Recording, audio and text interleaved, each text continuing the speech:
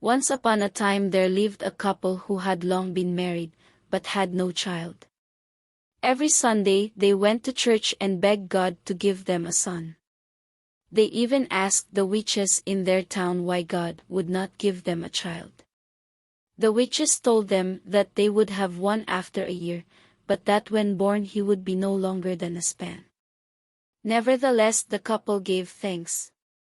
After a year a son was born to them. He was very small, as the witches had foretold, but he was stronger than anyone would expect such a small child to be. "It is strange," said a neighbor. "Why he eats more food than his stomach can hold." The boy grew larger and larger, and the amount of food he ate became greater and greater. When he became 4 feet tall, his daily requirements were a cavan of rice and 25 pounds of meat and fish. "I can't imagine how so small a person can eat so much food," said his mother to her husband. "He is like a grasshopper, he eats all the time."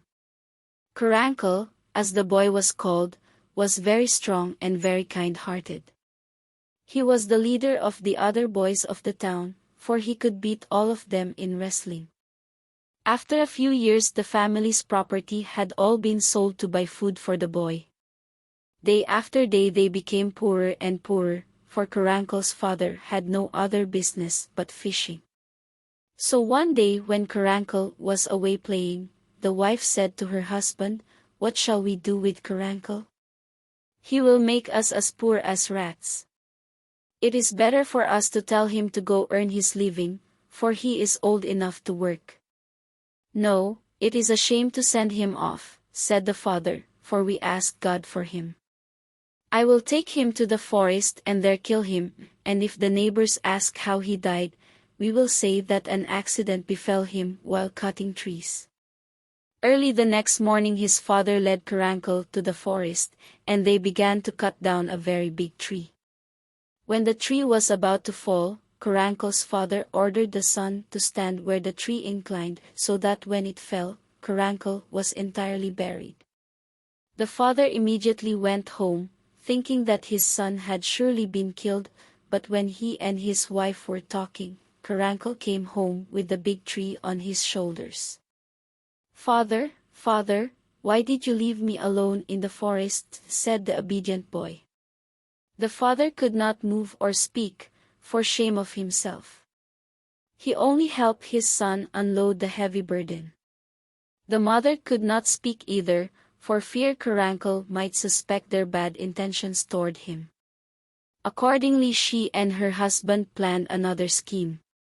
The next day Carancal was invited by his father to go fishing.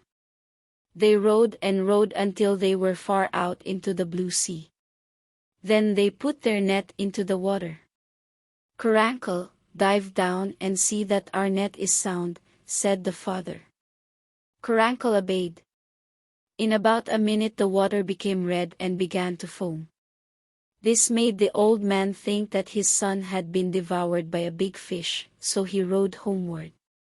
When he reached home, his wife anxiously asked if Carancal was dead, and the husband said, "Yes."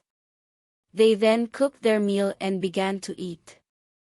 But their supper was not half finished when Carancal came in, carrying a big alligator. He again asked his father why he had left him alone to bring such a big load. The father said, "I thought you had been killed by a large fish." Carancal then asked his mother to cook him a cavan of rice, for he was tired from swimming such a long distance. The couple were now discouraged, they could not think of any way by which to get rid of Carancal. At last the impatient woman said, "Carancal, you had better go out into the world to see what you can do toward earning your own living. You know that we are becoming poorer and poorer." "Mother," interrupted the boy, "I really did not wish to go away from you, but, now that you drive me as if I were not your son, I cannot stay." He paused for a moment to wipe the tears from his cheeks. "You know that I love you, but you, in turn, hate me. What shall I do? I am your son, and so I must not disobey you. But before I depart, "Father and Mother, please give me a bolo, a big bolo, to protect myself in case of danger." The parents willingly promised that he should have one, and after 2 days an enormous bolo 5 yards long was finished. Carancal took it, kissed the hands of his parents, and then went away with a heavy heart. When he had left his little village behind, he did not know which way to go. He was like a ship without a rudder. He walked and walked until he came to a forest, where he met Bugtampalisan. Carancal asked him where he was going, and Bugtampalisan said, "I am wandering, but I do not know where to go. I have lost my parents, and they have left me nothing to inherit." "Do you want to go with me?" said Carancal. "Yes," said Bugtampalisan. "Let us wrestle first, and the loser will carry my bolo," said Carancal as a challenge. They wrestled and Bugtampalisan was defeated, so he had to carry the big bolo. Then they continued their journey until they met Tungkadbola, whom Carancal also challenged to a wrestling match. Tungkadbola laughed at Carancal, and said, "Look at this." He twisted up a tree nearby and hurled it out of sight. "That is all right. Let us wrestle, and we will see if you can twist me," said Carancal scornfully. So they wrestled. The earth trembled, trees were uprooted, large stones rolled about, but Tungkadbola was defeated.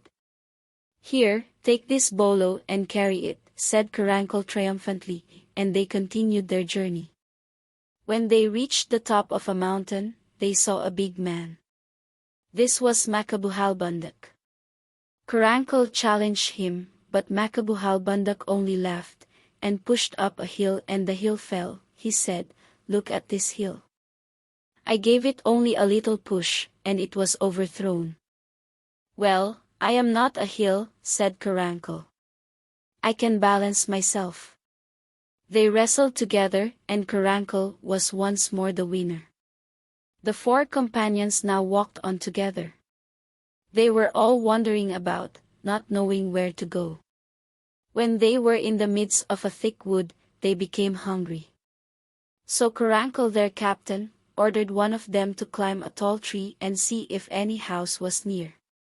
Bugtampalisan did so, and he saw a big house near the edge of the forest. They all went to the house to see if they might not beg some food. It was a very large house, but all the windows were closed, and it seemed to be uninhabited. They knocked at the door, but no one answered. Then they went in, and found a table covered with delicious food, and as they were almost famished, they lost no time in devouring what seemed to have been prepared for them. After all had eaten, 3 of them went hunting, leaving Bugtampalisan behind to cook more food for them against their return.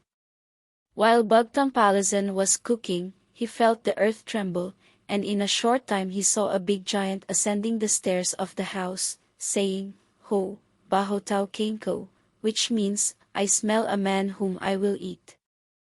Bugtampalisan faced him, but what could a man do to a big giant? The monster pulled a hair out of his head and tied Bugtampalisan to a post. Then he cooked his own meal.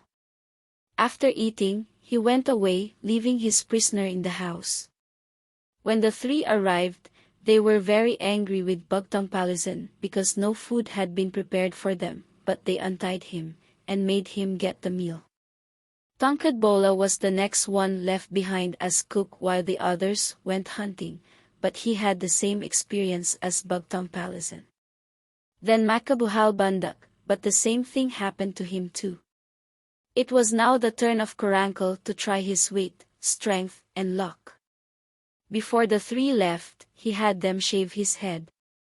When the giant came and saw that Carancal's head was white, he laughed. "It is a very fine thing to have a white head," said the giant.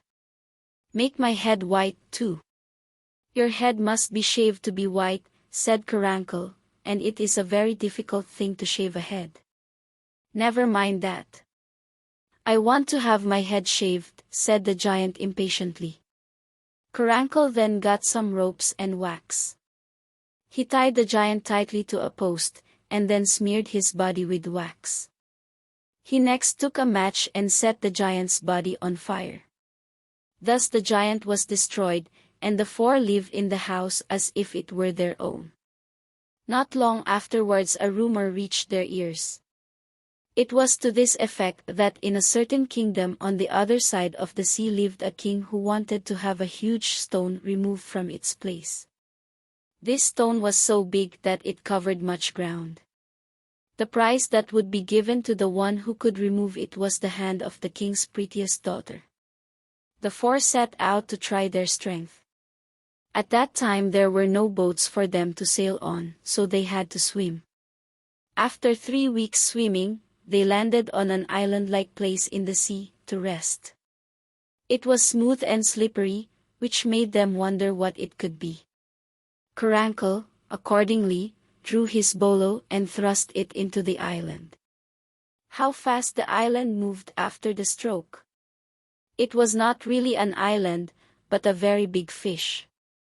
Fortunately the fish carried the travelers near the shores of the kingdom they were seeking.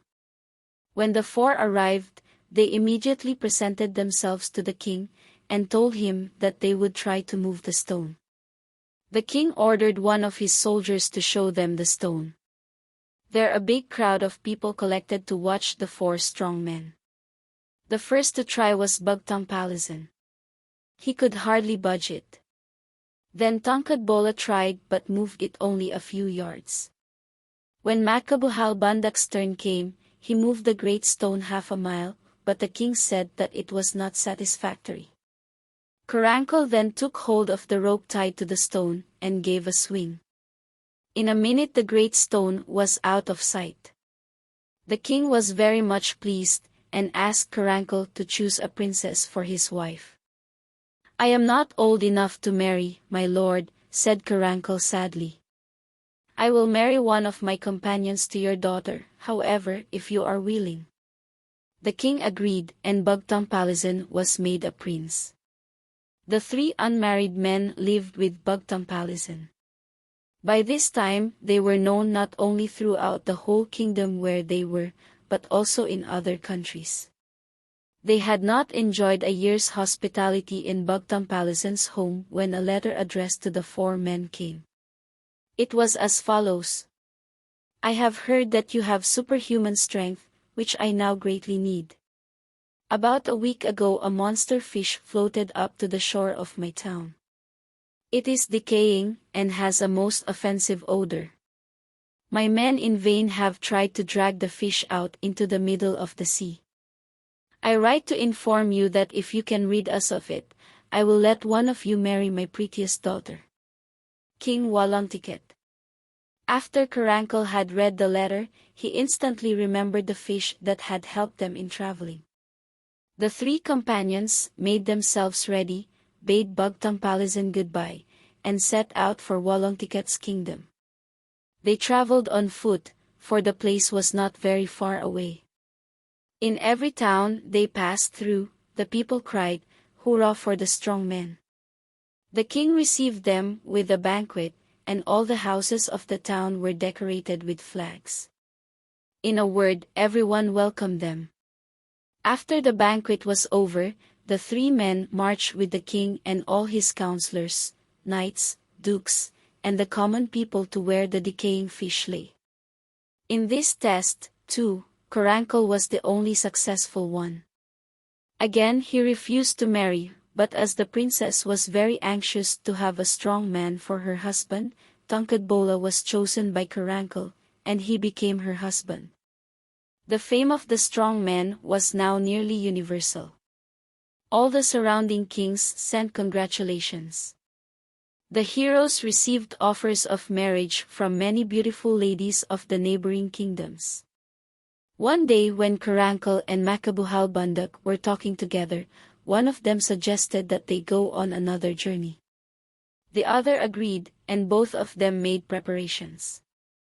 But when they were about to start, a letter from another king came, addressed to Carancal. The king said in his letter that a great stone had fallen in his park. It is so big that I thought it was the sky that fell, he wrote. I am willing to marry you to my youngest daughter if you can remove it from its present place, said the king. The two friends accepted the invitation and immediately began their journey. They traveled by land and sea for many a day. At last they reached the place.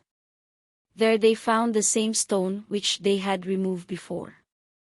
As he knew that he could not move it far enough, Makabuhalbandak did not make any attempt. Carancal was again the one who did the work. Once more Carancal refused to marry. I am too young yet to marry, he said to the king. In my place I will put my companion. So Makabuhalbandak was married. Carancal remained a bachelor, for he did not wish to have a wife. The three princes considered him as their father, though he was younger than any of them. For a long time Carancal lived with each of them a year in rotation. Not long after the marriage of Makabuhalbandak, the father-in-law of Bagtampalisan died, and so Bagtampalisan became the king. Then the following year Tangkadbola's father-in-law died, and Tangkadbola became also a king. After many years the father-in-law of Makabuhalbandak died, and Makabuhalbandak succeeded to the throne. Thus Carancal was the benefactor of three kings. One day Carancal thought of visiting his cruel parents and of living with them. So he set out, carrying with him plenty of money, which the three kings had given him. This time his parents did not drive him away, for he had much wealth. Carancal lived once more with his parents, and had three kings under him.